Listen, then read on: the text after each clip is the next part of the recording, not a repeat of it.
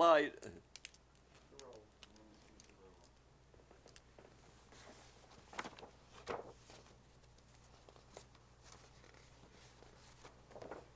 Okay, we're here today at the Hartley Schrenk's residence at 875 Porteous Street. It's Thursday, September the 18th, 2002, and it's around 3 o'clock.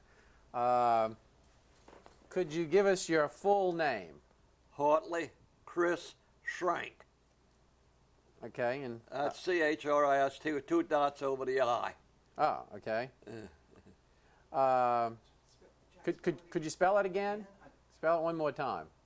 Hartley Christ, C-H-R-I-S-T with 2 dots over the I. 2 dots over the I. Okay. And when were you born? August the 19th, 1911. And where? Where were you born? In New Orleans. Anywhere particular? Yeah, on Cleveland near Durgeois. Do you remember the exact address? No, but 2600 block of Cleveland Avenue. Okay, that's good. That's good enough. And how long did you live there? Till 1918. Okay, and then where did you move? Do you remember? To 136 North Jefferson Davis Parkway. And if you want me to give you the right name, it's Jefferson Davis Confederate Memorial Parkway, but nobody calls it that. Okay. And where did you live after that? I moved to Lakeview at 875 Porteous Street in Lakeview. The same place you're on now? Same place we're now. Okay. When did you move here to Porteous Street? 1968. So you lived on Jefferson Davis until then? 50 years. Okay. Who were your parents? John Schrenk and Katie Schrenk. Did John Schrenk have a middle name? Not that I know of. What did you know of? Okay. And how about your grandparents? I know that John Schrenk, somewhere I got my grandmother's name, but I don't recall it right now. Okay. I could look it up for you before we leave. Okay, that'd be fine. We'll do that at the end. And your grandfather's name? It was John Schrenk, but I don't know if he had a middle name or not. Okay. And how about on your mother's side of the family? Her mother's name was Katie Hartley, and my grandfather was George Schwen, and Katie Hartley married John Schwen. Okay, so that's great. So you have Schwens and Schrenks. That's a tongue twister. How about your great grandparents? Did you know anything about them? I think I have a record of it someplace, but I don't remember their names. I'd have to look that up. And where were they from? Someplace in Germany. Someplace in Germany. Okay. Wait. My great grandparents, yeah, they were German, but I don't know where at. Okay. How about that's on your father's side or both sides? I guess that would be both sides. Okay. Now the reason the Hartleys left New Orleans was account of yellow fever, and they went to Covington, and he opened up a restaurant. And the old pictures of Covington showed a Hartley restaurant. Oh. And was he successful? Did he have it there for a long time? It must have been I don't know what year those pictures were taken, but in those days, the restaurants were by a railroad track, because that's how you got into a city. Right. You didn't go have automobiles, so the restaurant was right near the railroad track. So that's who you're named after. That's how you get your first name. Yeah, I got from a Hartley family. Okay. Let's see. Now, you told me a couple of things. We always talk to people about music. You told me you played the violin, or you studied the violin as a young student. I played the violin up to the time that I moved. I got a job in Pascagoula during the war years and never touched the violin since. It's still up in the attic. Ah, so that was during which war years? That would have been 1941 when I stopped playing the violin. Stopped playing the violin. And who did you take violin lessons from? From Hartley Schrenk. Schrenk. Uh-huh. Okay, and how was he related to you? He was actually a cousin, but I always call him Uncle. And where did you go to take the violin lessons? He came to the house, He to came my to the house, on a Thursday night. And he used to always, like, when we'd leave, we'd always give him a little drink. Ah, what kind of drink did you give him? A little bourbon and Coke. Ah, okay. He liked that. Was he a good teacher? Let me say, he was past his prime when I got him, but he used to have concerts at I don't remember the theater. I think it was the Tulane Theater. He had a big class, and they'd give a concert, and very popular. Okay. I used to sleep through the concert. I was a little fella then. Now, you told me other time once that occasionally you would play hooky from your violin lesson and go to the Pelican games instead? Oh, that's why I don't play the piano. Oh, that was piano lessons. I was taking piano lessons from my father. And, of course, he wasn't getting paid to teach me. And so when the Pelicans were playing in New Orleans, I didn't get a lesson. He'd go to the Pelicans and watch that game until my mother got disgusted with him and made me stop taking lessons because he was more of a Pelican fan than teaching me. So you played violin and piano? Well, I didn't touch the violin till I must have been in my middle 20s when I started fooling with the violin. Oh, really? That late? Yeah. Who did you play with? Any groups? No. I used to play with my father, Alexander's Ragtime Band. And the he played the piano and I'd play that, and we'd like to play that. Did you have a lot of sheet music? You had a big sheet music collection? Did you have a big sheet music collection? He would give me some music every week, the classics. He always brought me something to play. He would play them and I would listen. Did you enjoy playing the violin? A little bit, yeah. It was fun, especially the music he brought me. Like Alexander's Ragtime Band. Let me think of some of the others.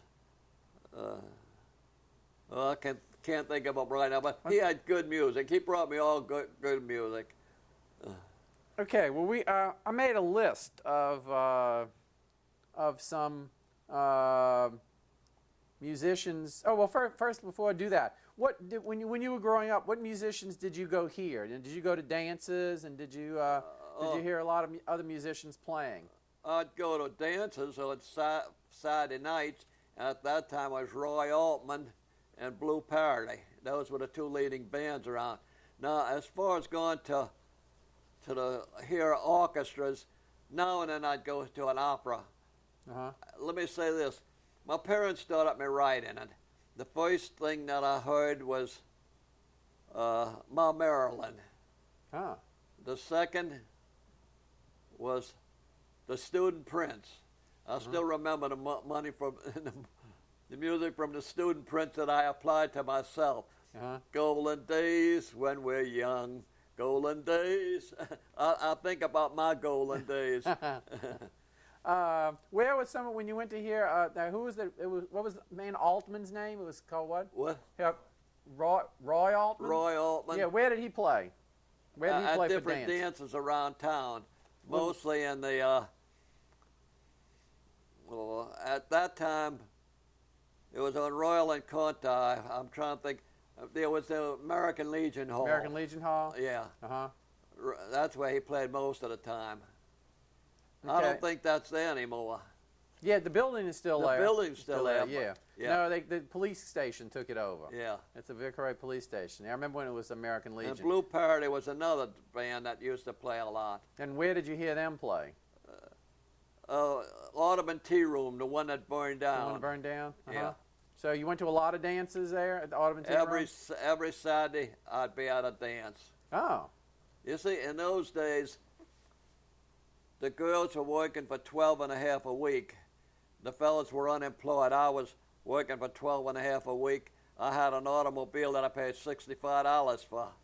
And the girls would invite their date and 3 stags so they'd get the bums rush. And that's the way the girls had a lot of fun because they had a lot of stags breaking them.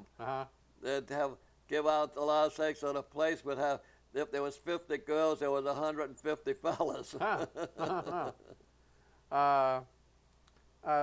I didn't ask you was, what were you doing for a living then? After what schools did you go to? Let's talk about that. I went to Samuel J. Peters.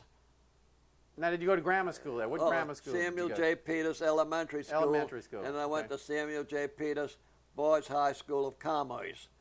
At that time, when I went there, it was not an approved high school, but they had some good football players that LSU wanted, so they made it an approved high school by adding a few courses so that LSU could get their good players. So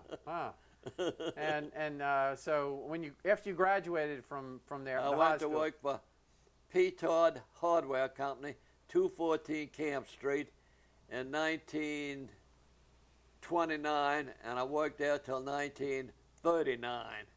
And in 39, I went to Woodward White Company.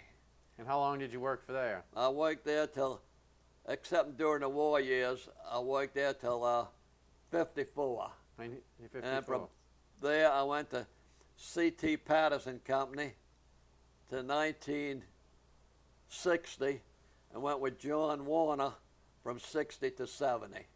Oh. John Warner's still in business. That is, the company is. Right. And what did you do for a living? What were those all? It was all hardware? Or?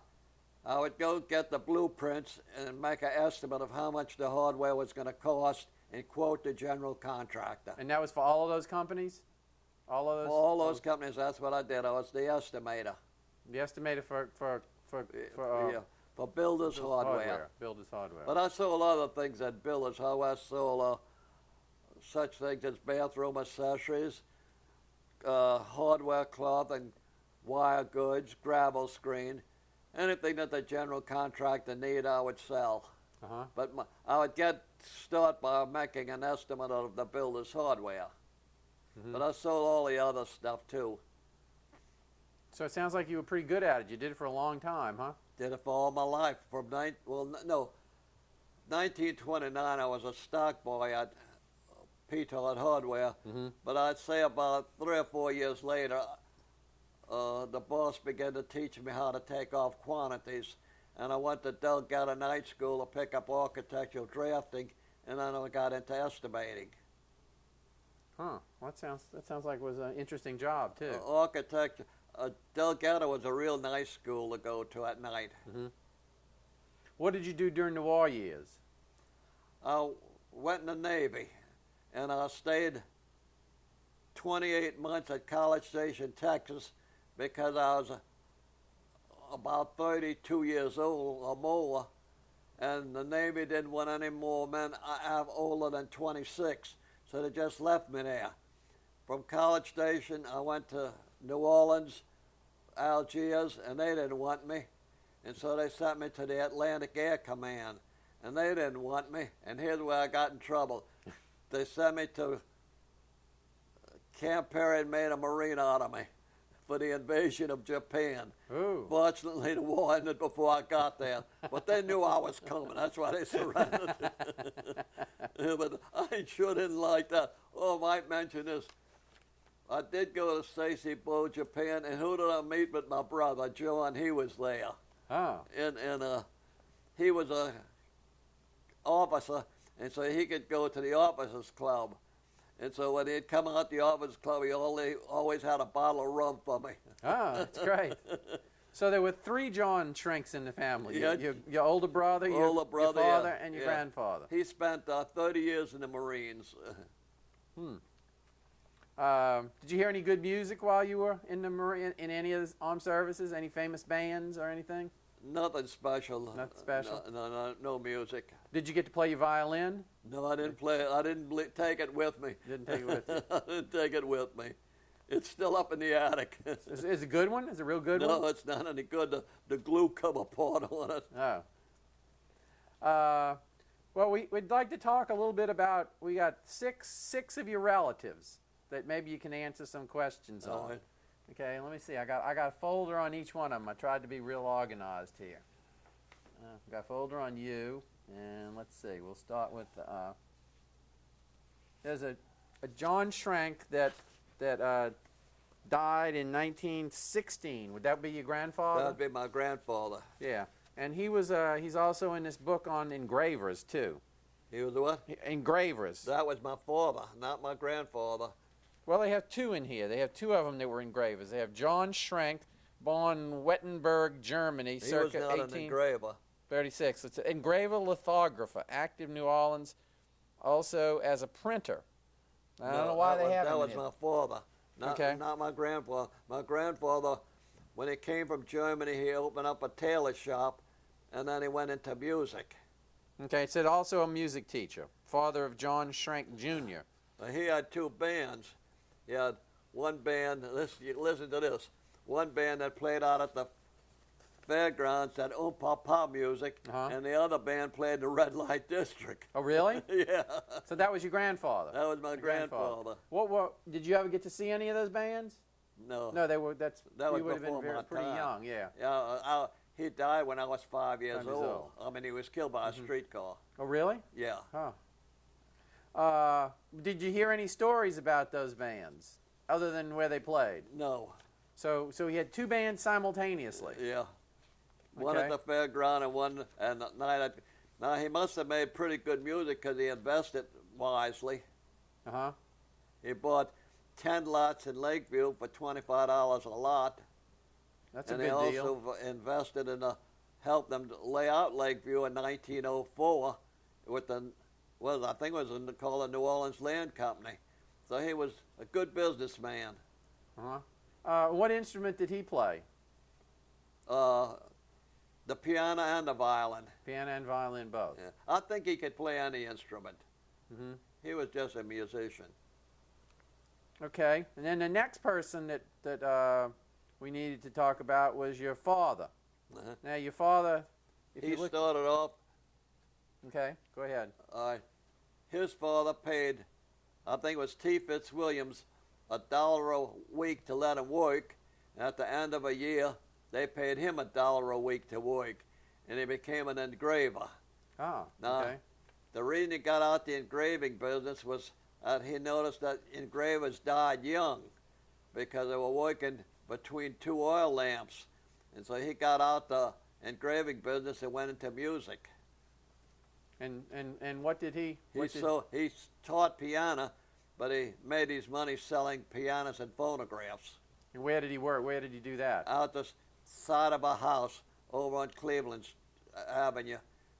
It was a double house, and the other half of the house was his music store, and we lived on the other half.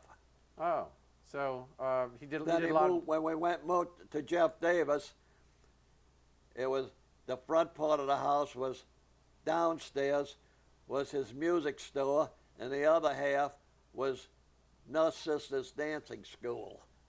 Huh. And the Nuss Sisters grew so big they built their own place.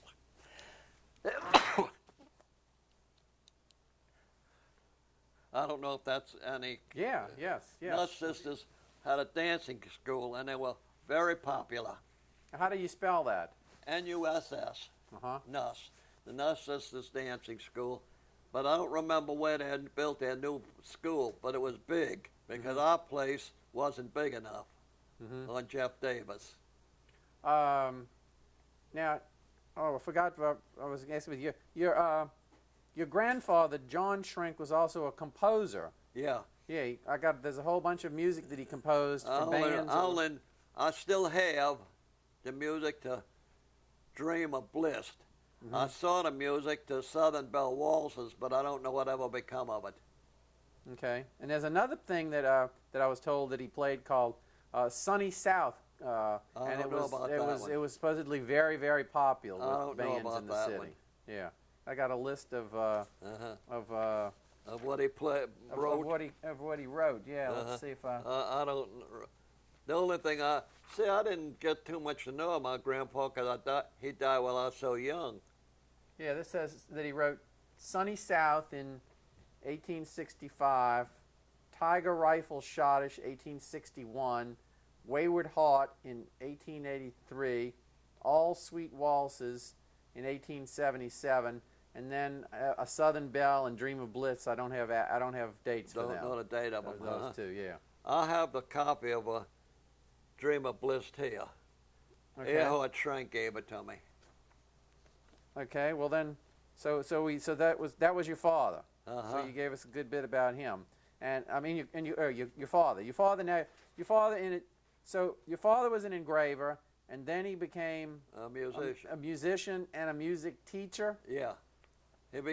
Well, he was never a musician.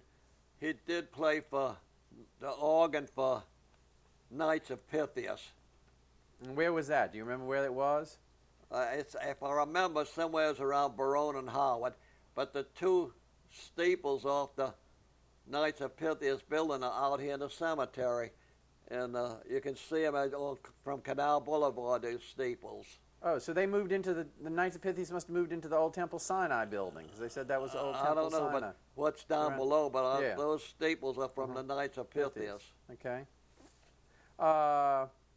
And how long was he? He took in students. He had music as well as selling instruments and stuff and pianos out of the house. He had students there too. He'd bring the students in. I think the best student he had was Claire Cosi. She was a very good piano player, and he recommended that her father sent her to Italy, and she studied organ, and she became a concert organist, and she was killed in an automobile accident. Oh. Claire Cosi. Claire Cosi. Okay. She played here at Jesuit Church several times.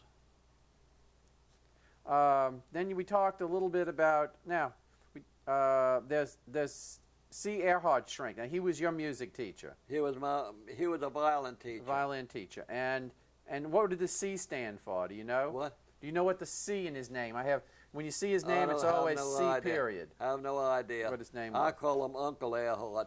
Okay. And he also was a conductor. Yeah, he had I think it was the Tulane Theater, where he must have had about maybe 30 to 50 students on the stage, and they would play, and then they'd bring out a few of them to play solos. And it went on, but I don't remember because I slept through it. You slept through it. I was a little fella then. Okay, I have a folder on him. Let me see if I can find it. Yeah. Okay. It lists him as a music teacher at 1899. Lists him as a music teacher at 2237 Laurel Street. That would be it. And then in 1903, he's listed as a music teacher at 2264 Carondelet Street. I don't remember that.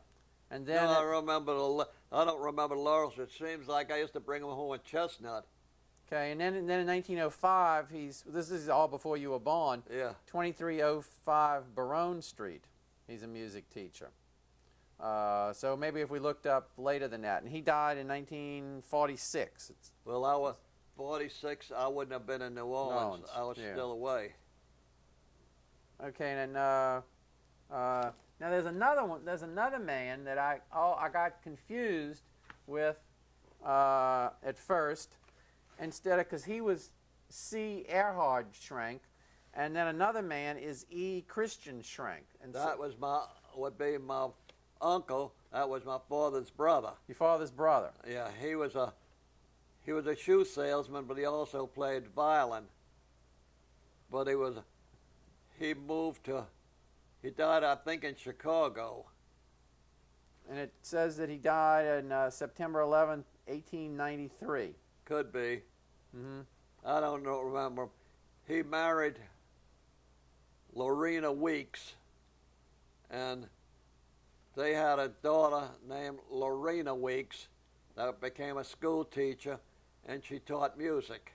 Oh, so she was a music teacher also. Yeah, she taught. I don't think she taught piano in school. I think she taught singing in the school. Do you know where she taught? No, I don't remember. Okay. Well, I also have an Ed C. Schrenk. So I guess the Ed is, I don't know. Ed C. Schrenk was a That was shoemaker. okay. But he also composed a piece of music called Polly Stump, a schottish, 1864. That wouldn't have been my Uncle Ed. He didn't play the music. No, he didn't play? No, he didn't play music. Now, In that date, that would have been my grandfather, that early. Well, he was your grandfather's brother? No, he's your father's. He was your uncle. He was Ed was my uncle, yeah. But he was a shoemaker. Okay, so maybe I got two different people here. So I got an E. Christian Schrenk that died September 11th, 1893. That would be Chris Schrenk. Okay. That would be my uncle. Okay, and then I've got an Ed period, ED period, C period Schrenk, who wrote a piece called Polly Stump, Schottish in 1864. I don't know him at all. I don't recognize that name. That sounds more like my grandfather. But I know it was at the same time that your grandfather. I wonder if he was. Now, could he be? Now was Chris Schrenk, E. Christian Schrenk? Was he C. Erhard Schrenk's father? No. Chris Schrenk was my father's brother. Your father's brother. Son of John Schrenk, the old man, my grandfather. Okay. And he was a shoe salesman, but he used to play music. Okay. And then Chris C. Erhard Schrenk was your cousin. Who was his father? A cousin, yeah. Who was his father? I have no idea. Now, he might have been the one that composed this. He might have been the one that composed this. It could have been him. Yeah, it could have been Uncle Erhard. Yeah, it could have been him. Could have been his father. So he would have been, Could so have been him. He would have really been your uncle, huh? Yeah. Yeah, but he sounds like the... We call him uncle. Mm-hmm. But I'm saying his father would have really been your uncle, huh? Maybe not. His father, yeah. Okay. Well, so he married. Let me think. I think her name was O'Neill, but I don't remember her first name. Okay. All right. Well, that takes us through those. We've added another person in there that I didn't know existed. So we got one more in there. Now I got two more. All right. I've got a man that died on June 14th, 1929, a Joseph Schrenk. He was a foreman in the repair department at Grunwald and Company. He lived on 940 Julia Street. Did you know him? Yeah, that was my Uncle Joe. He lived at Canal and Jeff Davis, where that church is today. He was a piano tuner. Piano tuner? Uh-huh. Okay, and how is he related to you? He would be my uncle. He was my father's brother. Your father's brother. Okay. He was a piano tuner. And now I got another Joseph Schrenk. That's a music teacher at the same time the repairman at Grunwald is in the. I went to the 1902 city director. I have a Joseph Schrenk that's a repairman, Louis Grunwald, and living at 940 Julia. And then I have another Joseph Schrenk that's a music teacher living at 123 North Galvez Street. I don't recognize that at all. So I wonder how they were related to each other. I don't recognize that one. I never knew of them. So, and I didn't never hear him talk about them. I wonder if it's possibly the same person. Now, you said he lived where? When I knew him, he lived at Canal and Jeff Davis, where the church is today. And he sold his property to the church. Mm-hmm. And he was a piano tuner. He was a piano tuner. Did he work for Grunwald when you knew him? He must have. He didn't work for my father. A fellow named Burke was my father's piano tuner. Okay. So we got two Joseph Schrenks too. We got another little bit of an enigma there. Okay. So we'll try to. Well, gives us an idea to try to figure that one out. But I couldn't find anything more about him. So let's see. Now, how are y'all related to the Rive family? My Aunt Mimi married Rive. And was she was a Schrenk? She was a Schrenk. What was her full name? All I know is Aunt Mimi. Okay. I never did have anything else. Okay. And she married a Rive. Do you know his name? She married Rive, the organ man. Do you know his name? Yeah, Gus. Gus Reeve, and he sold organs, and they still in business. Yeah, they are still in business. Yeah, they still in business. Uh-huh. His son took over it, and the grandson took over it. They all dead now, and the son-in-law now runs the business. His name is Whirl. You know where it is now? Where it's located? I don't know. Do you remember? Do you remember ever where it was located? Did you ever go to their place of business? Or Yeah, anything? it was on Camp Street near Lee Circle. Yeah, I remember when it was there. Yeah. Uh-huh. Did you have a lot to do with them? Did they play music too, or just worked on? On Mardi Gras Day, when I was a youngster, we'd go up to their place because it was on Camp Street. Uh-huh. And we'd spend Mardi Gras Day with them. Of course, after I got older, I didn't go there anymore, but my parents did. Uh-huh. I would go out with the fellas and the girls, but I remember as a little fellow, we'd go to Reeves, and let's see what I could. He tells a story that their business had an arcade in the showcase. They had a showcase and another showcase, and the drunks in the weather would sleep behind the showcase where it was warm. Huh. And when he'd come home, he'd give them each a quarter to go get a drink. And I asked him, why does he does that? He said, that's my police force. He said, nobody ever bothers me because I give them a quarter. He said, I never have to worry about coming home and getting mugged. Did you ever hear any of them play the organs or anything anywhere? Never did. Never did. I Okay. know that David, the grandson, put the organ in St. a church on Paris Avenue, Cabrini, isn't it? Cabrini, Paris.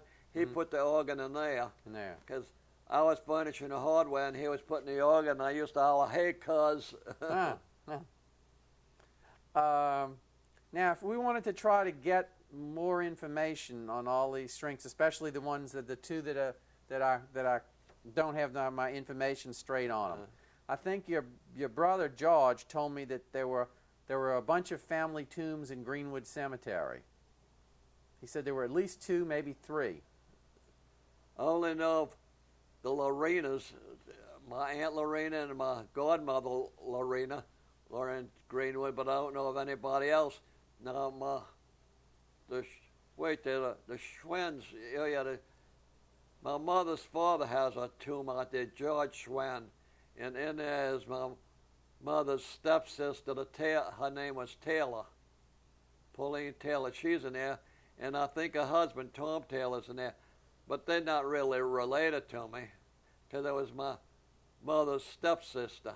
Mm-hmm. And then there's another tomb too. You said there's a second one, Lorraine. There's Lorena and Aunt Lorena in the summit, Greenwood. And they're Schrenks? They shrank. Lorena shrank. So they have a shrink tomb for them. Yeah. And where are all those? Where are your grandfather and your father and your uncle? My grandfather is in the shrink, buried with my father and my mother. And where are they buried? In Greenwood. In Greenwood. And then the other Schwend is buried in Greenwood, and Lorena shranks in Greenwood. So that's 3. That is 3 then, no? Well, no, yeah, 3 of them. 3 of them. Okay. So, yeah. What about Erhard, your teacher? I don't know where he's buried. Okay. What did you were talking about going down there on Mardi Gras, and then you talked about you stopped going after a while. What did you do instead of going to the Reves? I'd go out with the boys and girls and Anything parade the streets. Anything special you did? Yeah. Anything special you did? No, we just parade the streets. Your costume? You dressed Sometimes up? we'd put on costumes. I have let's see, my costume was a Captain Hook, and my wife dressed as Tinkerbell. Oh. So we won several prizes with that costume. Bottle of champagne. When was you? What was your wife's name? We didn't talk about her. Her real name was Providence de Martina, but she went by the name of Sue. Nobody knew her name was Providence, but her real baptized name was just her real baptizer name was Providencia. Oh, oh. And she changed it to Providence, but because she liked ginger snaps and always as a child asked for Zuzus, she got the nickname of Sue. Now, Zuzus was a brand of ginger snaps? Huh? Zuzus were a brand of ginger snaps? Yeah, yeah. And she got the name of Sue because she was always after ginger snaps. When did you all get married? March 19th, 1941. And do you have any children? No. She was a school teacher, so she had 30 children every 2 years. Did you all go out dancing a lot? Plenty. And Plenty. Any place you went? Any Often my first tuxedo was $21. Where'd you I get bought it? from D.H. Holmes. D.H. Holmes? $21 for a tuxedo. Did you wear white linen suits too? Oh, in the summertime we wore a white linen suit, a blue shirt, and a white tie. Oh, and then I sweat. It was hot. That Ottoman tea room was hot. So that's where you went to dances with your That's wife? most of the time, the Ottoman tea room. Sometime in the summertime they gave dances on West End roof. There used to be a dance hall on the roof of a building right where that shipyard is today. It was called West End Roof. And you remember any of the bands that played there? Yeah, Altman or Blue Party. Blue Party. No, there was a black band too that used to play, but I can't remember the name of it. But they were pretty popular too. They would play at the yacht club. Was that Celestin's band or Piron's band? Cella sounds like it could have been. Sounds But like there was a black band. They played mostly at the yacht club. You want me to tell you about my first date? Yes, that'd be wonderful. Right. Sure. Miss Abrams told me I couldn't graduate from high school unless I had a date to go to the prom. Well, that really floored me. So I came home and told my sad story to my older brother. And he says, "Who do you think's the nicest looking girl in the neighborhood?" I said, "Mabel Vorhoff." He said, "Oh, that's easy." Mr. Vorhoff was scoutmaster for my brother. So he calls up Mr. Vorhoff and says, "Hartley would like a date with Mabel to go to the Peter School prom." He didn't even ask Mabel if she wanted to go with me. He said, "Yeah, he can take her." So let me tell you this part. I took Mabel out to the yacht club for our prom. About near 12 o'clock, my brother showed up to see how I was doing, my older brother. And he says, I was sitting down there. She was popular. Everybody was dancing with Mabel except me. I was sitting down there moping around. And he said to me, "If you run, you can catch the 12 o'clock streetcar and go home." He took Mabel home, and I run and got the streetcar and went home. And Miss Abrams said she didn't think she was going to count that as a date. But I didn't think, well, for about several years, if Mabel was on one street and I saw, I'd walk around the block. And finally, I was coming in from fishing dirty, and she was on a picnic at Fort Pike. And I saw her, and I walked over to her. She says, "You're not running?" I said, "No, I got over it." So you knew her for a long while after that? Oh, yeah. And many years later, I met her in in Pass Christiana at a motel. She and her family was there. And I said to her, "You see your daughter?" And she said, "Yeah." I said, "That's how you looked when I dated you." The Vorhoff family was very popular around town. I've heard the name, yes. Yeah. What did he do besides the scoutmaster, Mr. Vorhoff? He worked for the Search and Water Board. He worked till he was, I think, pretty near 90. But he was all the boys liked him. Jimmy Vorhoff became a mayor of, I think, Abbeville. Eddie Vorhoff, I think he sold boxes. And the little Vorhoff, he's a bigwig in the oil business. I can't remember what what his name was. He was the younger brother. But Mabel was the one that I liked, except she didn't know I liked her. Well, tell us about your first date with your wife. That must have been more successful. My first date with my wife? Yeah. Well, a friend of mine, his car broke down. He asked me if I'd drive him home, drive his date home and him, and because he knew I lived right near her. I lived at Jeff Davis, and Sue lived at Canal and Pierce, so I drove him and his date home. Well, next day, that was on a Saturday night, and I knew where she lived. And up at Tulane at the 9 o'clock break, she was drinking a Coke and I was drinking a Coke, and I walked over to her. I said, at 10 o'clock, I'll drive you home. And she looked at me, who in the world are you? You know, she didn't even know me.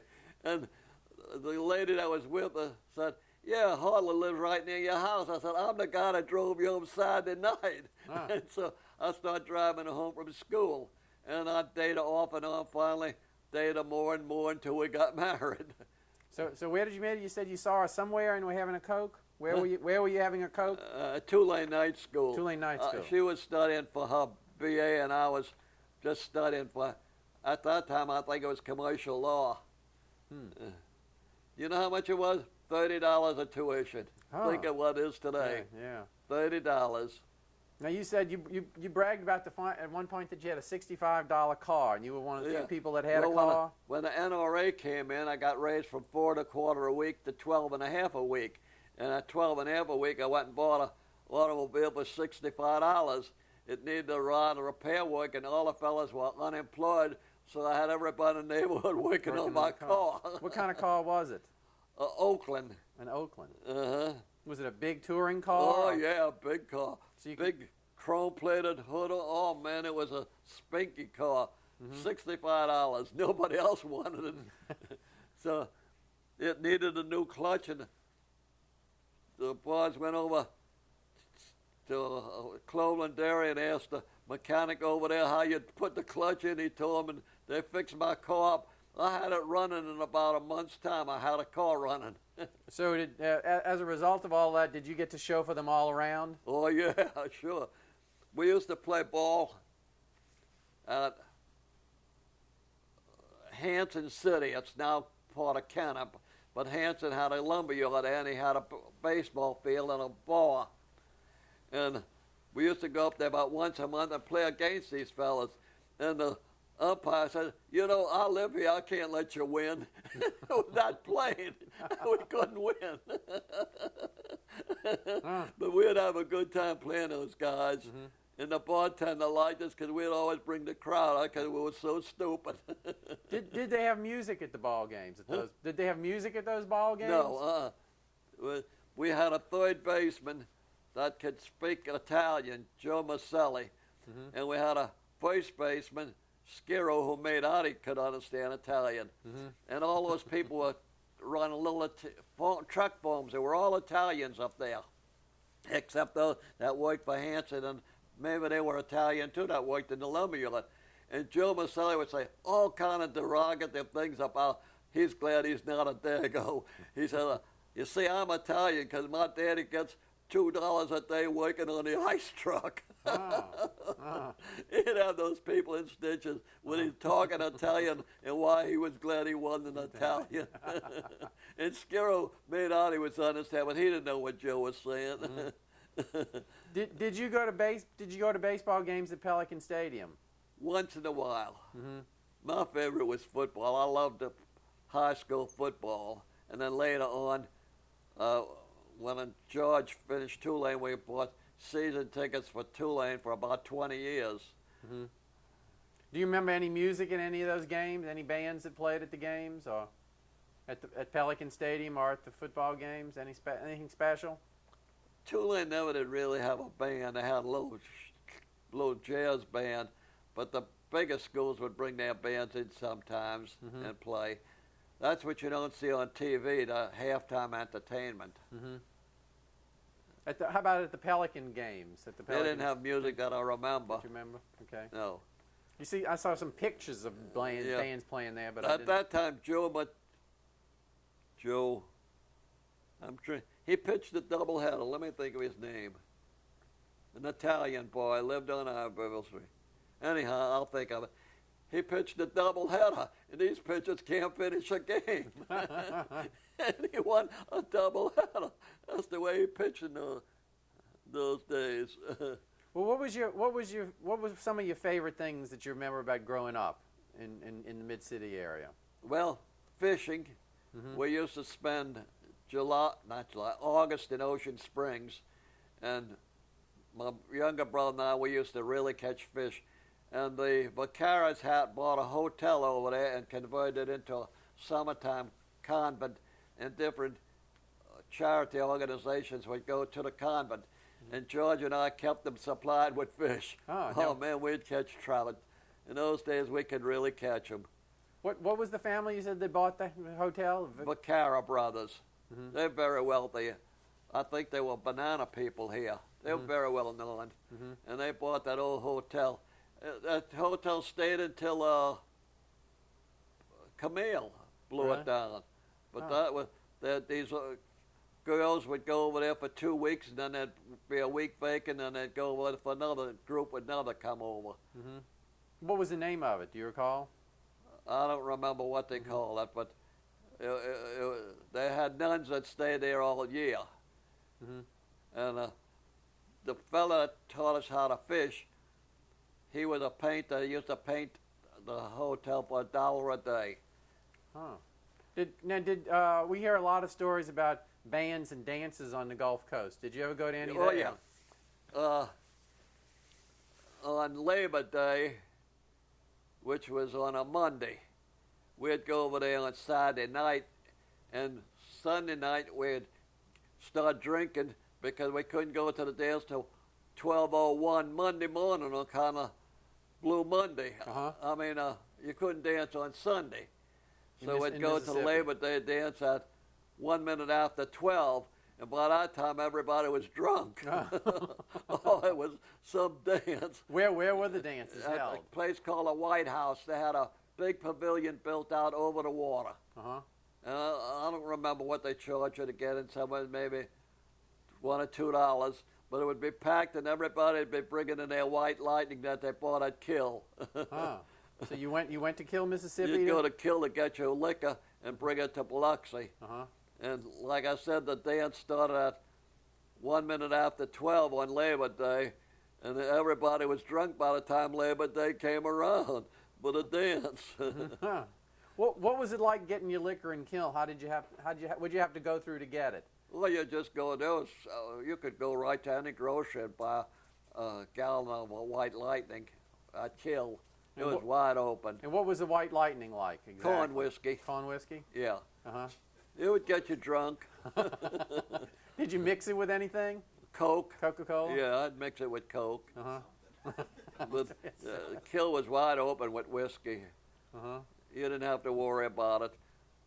Evidently, they were in cahoots with the... I'll tell you a story about this is during Prohibition, right? This was during Prohibition you're talking about. I'll tell you a story about Prohibition. Okay. A friend of mine invited me to his house to hear a loud-speaking radio. I had never heard one. And at that time, the thing to do was get France, get Brazil. That was showing off how far your radio could go. And walking out, he opened a kitchen closet, and it was filled with whiskey. And I was old enough to know it was Prohibition.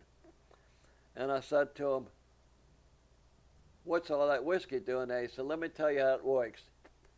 He said, "They notify the Coast Guard when a rum runner's got to have good whiskey. The Coast Guard catches the rum runner, and when they get him, they phone my grandpa, to come out and meet him out in the Gulf. He goes out and he's shot, and he takes half the whiskey from the rum runner, and the rum runner gets the other half. Coast Guard lets the rum runner go because they took the other half. Now the Coast Guard couldn't take the whiskey in, so his grandpa would take the whiskey into the yacht club, and the Coast Guard would stay about a half a mile behind him so he wouldn't be hijacked. and he'd get in the Coast Guard, and when the Coast Guard got in civilian clothes, they'd come pick up their whiskey, and they gave him his quota. And he said, my grandpa never sells that whiskey. He says on New Year's Eve, Easter Sunday, big days at the yacht club, he would supply the whiskey free. Huh. He says he was the bootlegger for the yacht club, and he got all this good whiskey from the rum runner that the Coast Guard got for him. So everybody took a little share. And it got their share. Yeah. But that was something. How are you going to stop if they're doing that with bootleg? How are you going to stop dope from coming in? All right. Same situation. Same thing. They coming in. But he had the whole thing was stocked with whiskey, and the people in Cuba would notify the Coast Guard when they were having a shipment of good whiskey. And the rum runner probably was hunting for the Coast Guard so they could make the deal. Make the deal, right? Yeah. And then they wouldn't have any trouble doing the other half. They got their half, and the Coast Guard got their half, and they transferred it to Old Man Vermillion's boat, and he'd bring it in for them. Now, what was his name? You said Old Man Vermillion. How do you spell that? Mermilliod. When he was at school, it was Marmalade, and his name was changed to Vermillion. He was a ice house engineer. He built houses all over. He was pretty well to do. Well, he had to have the kind of yacht he had to go out and get the bootleg stuff. Where did he live? Do you know where he lived? He lived on, let's see, Abbeville near, Genoise. Not a big house, nothing in comparison to what he was worth. Very nice house. But and he had the radio, and I'd hear a loudspeaking radio. And our pal with his grandson. What did you hear on the radio? What kind of shows did you hear? I don't remember much.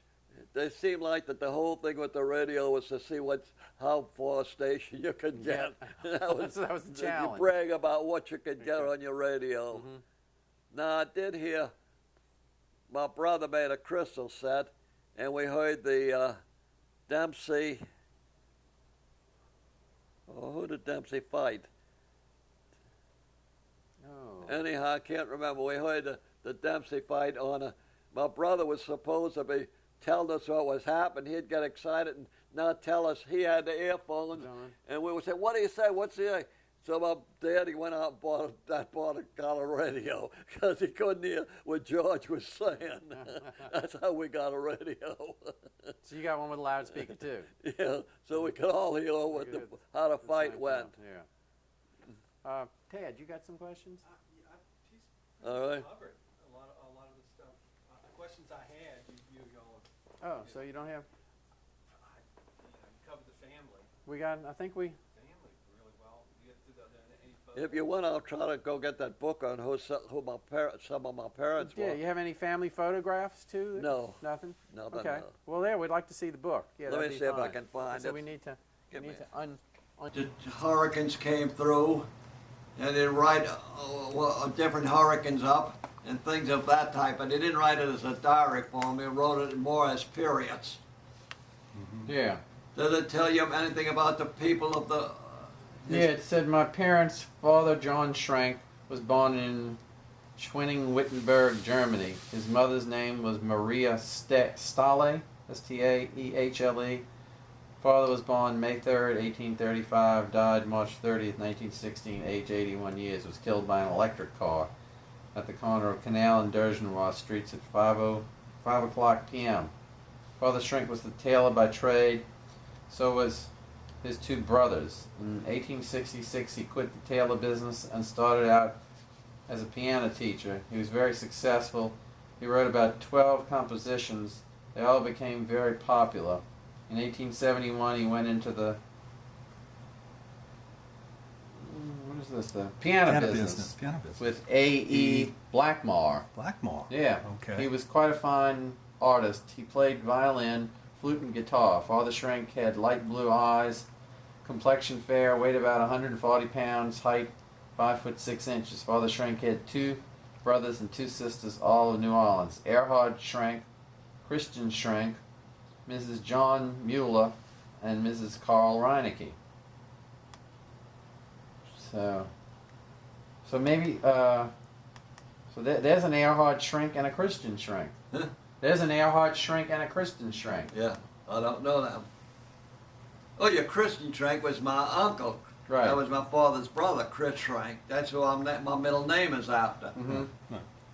And then he had, this is your father talking about your grandfather. Huh? This is your father talking about your grandfather. It could be, yeah. So he says that your grandfather had 2 brothers. He of did. New Oh, I Orleans. didn't know that. Erhard Schrenk and Christian Schrenk. And that's how I got to know him as Uncle Erhard. Oh, okay. Now that might have been that other one that we saw, though. Uh-huh. That so we should probably Xerox this. You think that would be better to You do can this? Xerox Can it. we You be can okay take it and Xerox if we on it. borrow He it? speaks about the development of Canal Street, the temperature. He speaks about a lot of things not in diary form, but in form of what happened. Yeah. Okay. Well, Mr. Schrenk, what we'll do is we'll borrow this, we'll Xerox it, and we'll get it back to you. Yeah, We definitely want to get you it can back do to you. that. Why don't we bring it? I'll do It it. can tell you some have to interesting get it things, back how right Canal away. Street developed. That's great. This will Okay, be. can we this will can be we borrow it terrific. for a couple of days? Yeah, we'll get it back Yeah, to you. You can We'll- Xerox that. Okay. I'll go to Tulane Okay. and I'll do it in Tulane. Thanks so much. This will be really terrific. He's got some Okay. very interesting things about temperature. Great. This will be wonderful. Give a copy to Bill. Yes. You know, Okay. Well, All right. Thank you very much. All And, right. We'll conclude the interview. Good to see you. Thank you, Mr. Schrank. Good really, seeing really you. wonderful. Really wonderful.